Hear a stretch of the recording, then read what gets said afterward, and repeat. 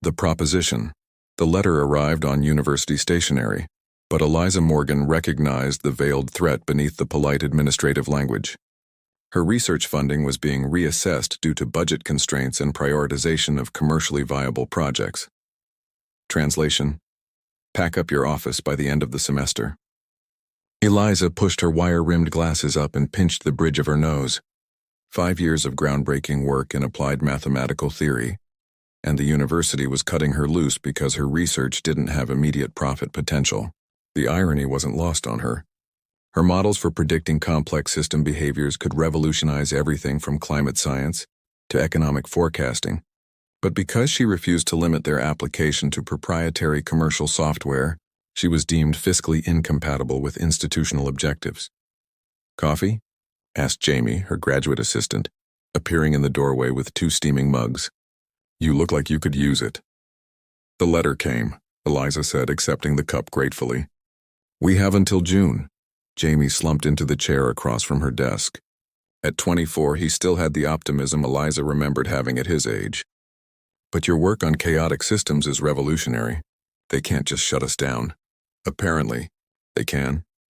Eliza gestured around their modest research space. Whiteboards covered in equations, aging computers running simulations, journals stacked in precarious towers. Welcome to academia in the age of profit margins.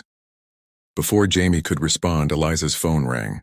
Not her office line, but her personal cell. The number was blocked. "Dr. Morgan speaking," she answered, mouthing sorry to Jamie. "Dr. Eliza Morgan?" The voice was crisp, professional. "This is Samantha Reeves, executive assistant to Victor Kane. Mr. Kane would like to meet with you this afternoon regarding your research." Eliza nearly dropped her coffee. Victor Kane, founder of Axiom Technologies and arguably one of the most brilliant minds in computing, wanted to meet with her. The man was famously reclusive, appearing in public perhaps once a year at carefully orchestrated events. "There must be some mistake," Eliza said cautiously. "No mistake, Dr. Morgan. Mr. Kane has been following your work on predictive modeling of complex adaptive systems. A car will pick you up at 4 o'clock. The line went dead before Eliza could form a response. Jamie was staring at her with wide eyes. "Was that Victor Kane's office?" Eliza confirmed, still processing. "Apparently he wants to meet about my research." "Holy shit," Jamie breathed. "This could solve everything. Kane's worth what, 40 billion? He could fund our research for centuries." But Eliza felt an uneasy prickling along her spine. In her experience, nothing came without strings attached, especially not from billionaires. At precisely 4 o'clock, a sleek black car with tinted windows pulled up outside the mathematics department. The driver, silent and efficient, opened the door for Eliza before navigating through afternoon traffic toward the outskirts of the city, where Axiom's headquarters formed a gleaming campus of glass and steel. Eliza smoothed her simple navy dress, wishing she'd had time to change into something more impressive than her everyday teaching attire. Her auburn hair was pulled back in its usual practical bun, and she wore minimal makeup. She hadn't dressed to impress Victor Kane because until 3 hours ago, meeting him hadn't been remotely possible. The car bypassed the main entrance, continuing to a discreet side building. The driver guided her through a security checkpoint where her identity was verified through both ID and retinal scan. "Mr. Kane values his privacy," explained the security officer, noticing her surprise at the extensive measures. An elevator whisked her to the top floor, opening directly into a minimalist office with floor-to-ceiling windows overlooking the city. Standing with his back to her, gazing out at the view, was a tall figure in a perfectly tailored charcoal suit.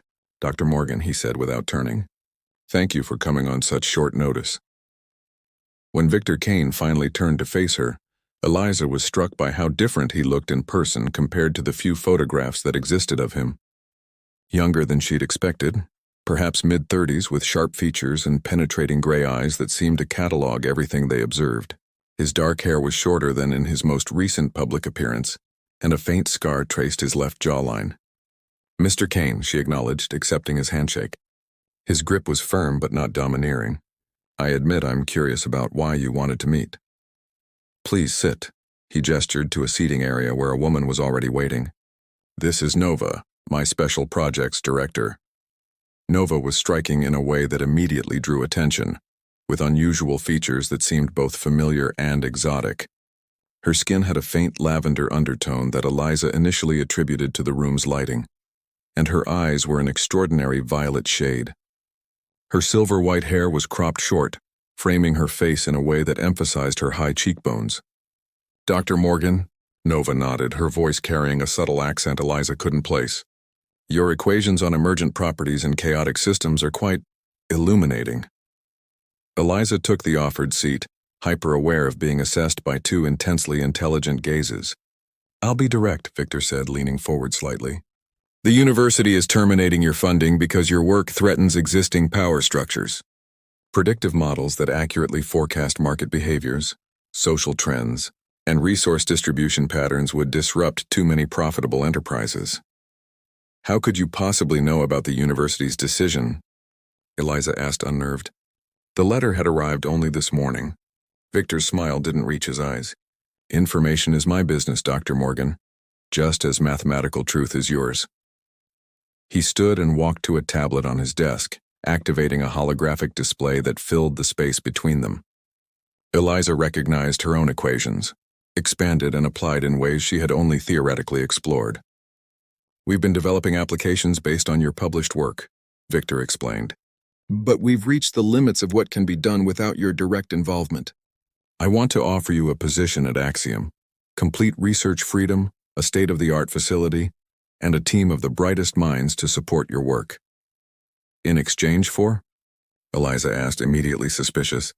"Exclusive rights to the commercial applications of your research, and complete confidentiality regarding your work here.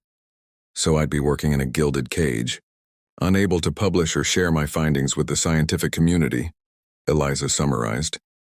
Victor's expression remained impassive. "I'm offering you unlimited resources to pursue your research without academic politics or funding constraints. In return, Axiom would own the practical applications." "My work was always meant to be open source," Eliza said firmly, "available to anyone trying to solve complex problems, not locked away for proprietary profit." "Noble," Nova commented, her violet eyes studying Eliza with unusual intensity. "But principals don't pay research assistants or keep laboratories open." Victor pressed a button, and the holographic display shifted to show Eliza's research center, her team, their financial situations, even Jamie's student loan balances and his mother's medical bills. "Your principles are about to cost 7 people their careers," Victor said quietly. "I'm offering a solution that benefits everyone." Eliza felt cold anger rising within her. "Using my team as leverage is manipulative." "It's pragmatic," Victor countered. "The world runs on self-interest, Dr. Morgan. Everyone has a price. The question is whether it's paid in money, prestige, security, or something else. I'm simply offering you the means to continue your work." As Eliza stood to leave, Nova handed her a slim folder, "Our formal offer. Take 24 hours to consider it." The car ride back to campus gave Eliza time to review the contract. The compensation was staggering, more money than she could spend in a lifetime. But the intellectual property clauses were absolute. Everything she created would belong to Axiom forever. As she stepped out of the car, the driver handed her an envelope. "Mr. Kane asked me to give you this personally." Inside was a single sheet of paper, not a note from Victor, but a medical bill for Jamie's mother's cancer treatment, marked paid in full. The message couldn't be clearer. Victor Kane could solve problems with the stroke of a pen. The question was whether Eliza was willing to accept his solution and the invisible chains that came with it. Calculated risks. The Axiom Technologies research facility stretched beneath the main campus like a hidden city. 3 subterranean levels of laboratories, computing centers, and workspaces, all bathed in artificial light designed to mimic natural sunlight. Eliza's new office featured an entire wall of digital whiteboards and computing power that would have made her university department weep with envy. 2 weeks had passed since she had reluctantly signed Victor Kane's contract. The deciding factor hadn't been Jamie's mother's medical bills, though that display of power had unnerved her. Instead, it was the realization that her work would simply end otherwise. At Axiom, despite the restrictions, her research could continue. Her entire team had received similar offers, tailored to their individual circumstances with uncanny precision. All had accepted. though Jamie had hesitated the longest, sharing Eliza's concerns about the ethical implications. "Good morning, Dr. Morgan." Nova appeared in The elevator ride to the main level gave Eliza time to wonder what could be so urgent. When the doors opened, she found Jamie pacing the lobby, his expression a mixture of excitement and concern. "Eliza, thank God," he rushed toward her. "You need to see this." He thrust a tablet into her hands. On the screen was a financial news article about unexpected market fluctuations affecting technology stocks, specifically, companies competing with Axiom's subsidiaries. "What am I looking at?" Eliza asked, scanning the report. "Look at the pattern," Jamie insisted. "The market behavior exactly matches the test scenarios we ran last week on adaptive system responses to external pressure." Eliza stared at the data, recognition dawning. The market movements followed her theoretical model with eerie precision, not just mimicking the pattern but reflecting specific numerical values she had generated in their simulations. "This is impossible," she whispered. "These are mathematical models, not market manipulation tools. They'd need vast resources to influence global markets according to these specific patterns. Resources like what Axiom Technologies has?" Jamie countered. "They're applying your work in real time, Eliza. They're not just predicting market behavior, they're causing it." A cold certainty settled in Eliza's stomach. "We need proof, not speculation. They monitor everything here, the computers, the labs, probably our conversations." Jamie nodded grimly. "I thought of that." He reached into his bag and pulled out an old-fashioned notebook and pen. Some problems require analog solutions. That evening, Eliza began documenting everything in Jamie's notebook: her equations, the simulations, the market correlations. They established a routine of meeting in the facility's courtyard garden, ostensibly taking breaks together while actually comparing notes on how their work was being applied. 3 days later, Eliza was working late when the elevator doors opened unexpectedly. Victor Kane stepped into her lab, looking exactly as he had during their first meeting, impeccably dressed, intensely focused and entirely in control. "Working past midnight," he observed, glancing at the simulations running across her screens. "Dedication or obsession?" "Both, probably," Eliza admitted, studying him carefully. "To what do I owe this visit?" "Nova suggested you were traveling. I was. Now I'm back." Victor approached her whiteboard, examining her latest equations. "You've made significant progress. These extensions to your original theory are quite brilliant." "Thank you," Eliza replied cautiously, "though I still don't know what you're doing with my work." Victor turned to face her, his gray eyes surprisingly direct. "Creating certainty in an uncertain world. There's no such thing as absolute certainty. That's what my equations demonstrate. Even perfect knowledge of initial conditions can't eliminate fundamental unpredictability." "An elegant mathematical truth," Victor acknowledged. "But in practical terms, even 85% certainty provides significant advantage when everyone else operates at 60% or less." Eliza crossed her arms. "Advantage for what purpose?" Instead of answering, Victor gestured toward the door. "Join me for dinner? The cafeteria's closed, but my residence has a decent kitchen." The invitation caught her off guard. "It's almost midnight. And yet we're both still working," he pointed out with a hint of a smile. "I find genius rarely keeps conventional hours." Against her better judgment, Eliza found herself in Victor's private elevator, ascending to a penthouse above the main Axiom building. The space was surprisingly minimalist: clean lines, muted colors, and walls of books rather than ostentatious displays of wealth. "You cook?" Eliza asked, watching him move efficiently through the kitchen. "I find precision and creativity equally satisfying in the kitchen as in the lab," Victor replied, preparing ingredients with practiced movements. "Few people see this space. Consider it a privilege of your particular value to our work." As he cooked, they discussed her research in greater detail than she'd been able to with anyone else at Axiom. Victor's understanding of her mathematical models was comprehensive, his questions insightful. For brief moments, Eliza almost forgot her suspicions, caught up in the rare pleasure of intellectual exchange without having to simplify or explain fundamentals. "You understand the implications of my work better than anyone I've met," she admitted as they ate. "So why not be transparent about how you're applying it?" Victor studied her for a moment before responding. What would you do if you possessed a tool that could predict human behavior with unprecedented accuracy? Not individuals, but systems of people, markets, voting patterns, resource allocation decisions. Share it, Eliza said immediately. Make it available to address climate change, food insecurity, disease outbreaks. Naive, Victor interrupted, though not unkindly.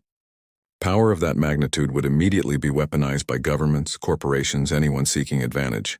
Your open-source idealism would create chaos. So instead, you're using it for market manipulation? Eliza challenged. Victor's expression hardened. Is that what you think I'm doing? The evidence suggests it. Then your observational skills need refinement. Victor stood, collecting their plates with controlled movements that betrayed tension. Look deeper, Dr. Morgan. The patterns you're seeing are tests, not ends in themselves. As he escorted her back to her quarters, Eliza felt increasingly certain that beneath Victor Kane's controlled exterior lay plans far more complex than simple financial gain. The question was whether those plans aligned with her own principles, and what she would do if they didn't. In her room, she carefully documented their conversation in Jamie's notebook, hidden beneath her mattress. Whatever game Victor Kane was playing, Eliza was determined to understand the true nature of the equations being solved. Part 3. Variable Change. Morning sunlight streamed through Eliza's apartment windows as she reviewed her hidden notes. 3 months at Axiom had produced remarkable advances in her research alongside growing evidence that Victor was using her mathematical models for something far beyond market prediction. Knock at her door interrupted her thoughts. She quickly slid the notebook under a couch cushion before answering. Nova stood outside, dressed more casually than usual in a simple tunic and pants that complemented her unusual coloring. Good morning, Dr. Morgan. Victor has requested your presence for a demonstration. A demonstration of what? Eliza asked, gathering her tablet and credentials. Your work and application, Nova replied cryptically. This is significant. The special projects elevator required Nova's unique biometric signature, a scan that seemed to assess more than just physical characteristics. They descended past the research levels Eliza was familiar with, stopping at a floor she hadn't known existed. Welcome to Axiom Predictive Operations, Victor greeted them, standing before a massive circular display, showing interconnected data flows. The culmination of your equations and our computing infrastructure. The room hummed with energy as dozens of specialists monitored different sections of the display. Eliza recognized elements of her mathematical models integrated into a system of staggering complexity. What am I looking at? She asked, approaching the central display. The world as a mathematical system, Victor answered, pride evident in his voice. Economic markets, resource distribution networks, information flows, energy consumption patterns, all modeled in real time with your predictive algorithms. Eliza stared in amazement. The visualization showed not just current states but projected futures, branching possibility pathways with varying probability indicators. It's beautiful, she admitted. But why show me now? You've been applying my work for months. Because today we're implementing the full spectrum analysis, Victor explained. Previously, we've tested individual subsystems. Today we integrate everything. At his signal, technicians began the sequence. The display shifted, data streams merging into a unified model of interdependent global systems. Probability indicators fluctuated as the model sought equilibrium. Magnificent, Nova murmured, her violet eyes reflecting the dancing lights. With this, Victor continued, we can identify critical intervention points, moments where small actions produce maximum systemic benefit. Eliza frowned. Benefit by whose definition? Stability, efficiency, optimal resource distribution. Victor turned to her, gray eyes intense. Your equations don't just predict chaos, Eliza. They reveal the hidden order within it, and the leverage points where minimal input creates maximal output. The implications struck Eliza with sudden clarity. You're building a system to control global dynamics. Not control, Victor corrected. Guide. Nudge complex systems toward more sustainable equilibriums. Who decides what constitutes sustainable or optimal? Eliza challenged. You? Axiom's board? Who granted you that authority? Victor's expression hardened slightly. The authority comes from capability. If you possess the means to prevent collapse, Is waiting for democratic consensus while systems fail the more ethical choice? Before Eliza could respond, the central display flashed red. Alert indicators appeared across multiple sections. Unexpected variance in financial subsystems, reported one of the technicians. Probability matrices destabilizing. Victor moved swiftly to a control station. Isolated or systemic? Spreading to adjacent networks. Energy markets responding, then supply chains. Eliza watched as the beautiful, ordered system began exhibiting exactly the cascade behaviors. You prevented a cascading failure that could have cost millions in market disruption, he said finally. How did you know the exact parameters to modify? Because I designed the core equations to be adaptive, not controlling, Eliza explained. You've been trying to eliminate uncertainty.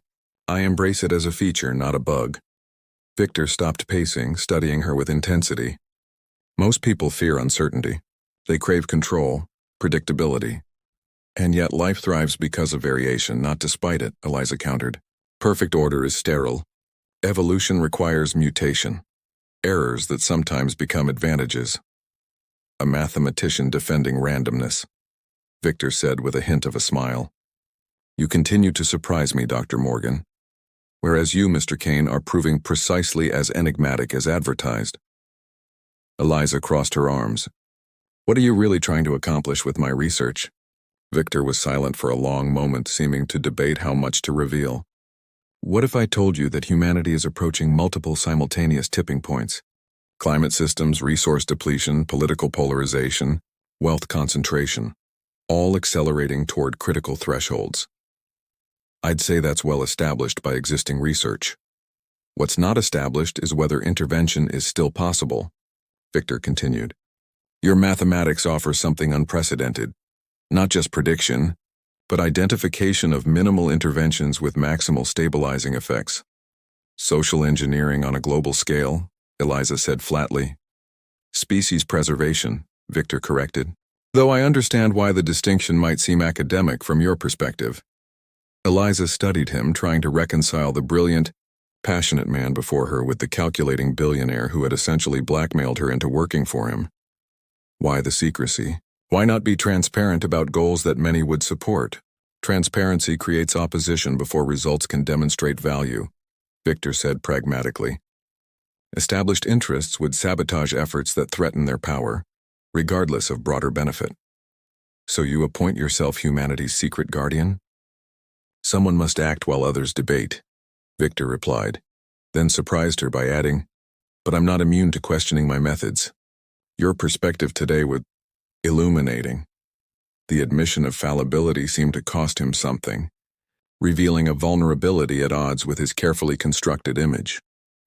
Later that evening, as Eliza updated her hidden notebook, she found herself documenting not just Victor's project, but her conflicted feelings about the man himself.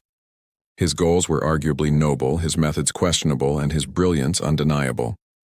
Most unsettling was the growing realization that their minds worked in complementary ways, his practical vision perfectly matching her theoretical framework. A soft knock interrupted her writing. She quickly hid the notebook before opening the door to find Nova standing in the hallway. May I enter? The unusual woman asked. There are matters we should discuss privately. Once inside, Nova moved to the center of the room and activated a small device. This creates a field that prevents electronic surveillance, she explained. Victor has many security systems. Why would you help me circumvent them? Eliza asked suspiciously. Nova's violet eyes seemed to glow slightly in the dim light.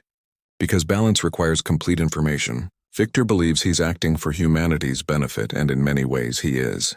But his perspective is limited by his experiences. And yours isn't? A strange smile crossed Nova's face. My perspective is informed by a broader view of development patterns. Victor sees the immediate crisis. I see longer trajectories. Who are you, really? Eliza asked directly. Your knowledge, your appearance. You're not just a special projects director. No, Nova agreed. I am an observer, primarily. Though in your case, I've become somewhat more involved than protocol typically permits. Observer from where, exactly? Instead of answering, Nova approached Eliza's whiteboard, adding a simple equation with a few elegant strokes. Consider this a missing variable in your understanding of both Victor Kane and the true scope of his project. Eliza studied the notation, recognition dawning. This implies multi-dimensional probability mapping beyond what we've implemented. But the computing requirements would be beyond your current technology, yes, Nova finished. Victor is brilliant, but he works within constraints he doesn't fully perceive. You, however, see patterns where others find only chaos. As Nova left, her parting words lingered in Eliza's mind. Tomorrow, Victor will show you the next phase. Remember that intentions and methods, while distinct, are not separable in their consequences. Alone again, Eliza examined the equation Nova had written, understanding with growing certainty that she was involved in something far more significant than even Victor Kane had revealed. Breaking point. The facility hummed with unusual activity as Eliza made her way to the main laboratory the next morning. Security personnel stood at checkpoints that were typically unmanned, and she noticed technical teams moving equipment with coordinated urgency. "What's happening?" she asked Jamie, who met her in the corridor. "Something big," he replied in a low voice. "They've accelerated the timeline for the full system integration. The market test yesterday caused quite a stir. Apparently it worked too well." "Too well?" Eliza frowned. "Your adjustments to the model created a 93% prediction accuracy rate across multiple systems simultaneously," Jamie explained. "Kane's board of directors held an emergency session last night and approved immediate implementation of something called Phase Omega." Before Eliza could press for details, Nova appeared beside them, her movement so silent that both jumped slightly. "Dr. Morgan, your presence is required in the executive briefing room," she announced. "Mr. Chen should continue preparation of the mathematical models as previously instructed. The executive level of Axiom Technologies projected power through understated luxury.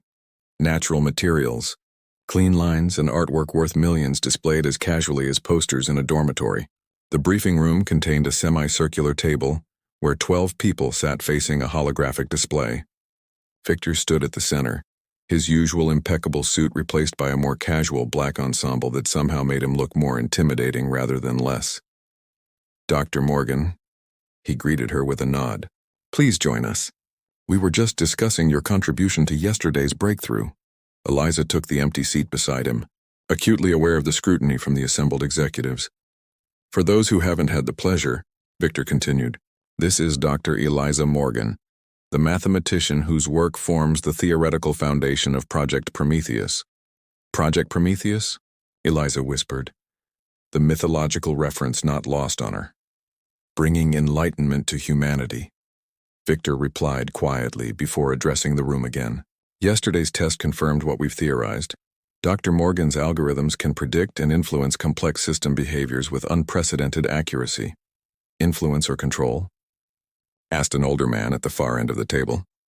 "The distinction matters to our investors." "Influence with precision," Victor clarified. "True control remains impossible, as Dr. Morgan has eloquently demonstrated mathematically. But targeted adjustments to critical system variables can achieve the same practical outcomes with fewer resources." The holographic display activated, showing a global map overlaid with interconnected networks, financial systems, communication infrastructure, energy grids, transportation hubs, all pulsing with data flows that Eliza recognized as iterations of her equations. Phase Omega involves simultaneous interventions across these 5 primary networks, Victor explained, highlighting sections of the display. Financial markets will be the most visible, but energy redistribution and information flow adjustments are equally critical. "The projected outcome?" asked a sharp-eyed woman with silver hair. "A controlled reset of unsustainable patterns," Victor replied. "Markets will experience short-term volatility, but stabilize at more equitable distribution levels. Energy systems will shift toward regenerative models through adjusted pricing incentives. Information networks will prioritize verified data over emotional amplification." As the executives asked technical questions, Eliza studied the model with growing concern. The mathematics was elegant, the predictions plausible, but something fundamental was missing. Something she couldn't quite identify until Nova's equation from the previous night suddenly clicked into place. "This doesn't account for human choice," Eliza interrupted. causing several executives to look at her in surprise. Your model treats people as variables rather than agents with free will. Free will operates within constraints, Victor countered smoothly. Given identical information and incentives, human behavior becomes statistically predictable at population scales. But not deterministic, Eliza insisted. Your implementation assumes people will respond rationally to changing conditions, but panic, altruism, spite, these emotional responses can override rational self-interest, which is precisely why the interventions must occur simultaneously. Before coordinated resistance, conform, said the silver-haired woman, the casual way. She described manipulating global systems without consent, sent a chill through Eliza. You're talking about fundamentally restructuring society without democratic input.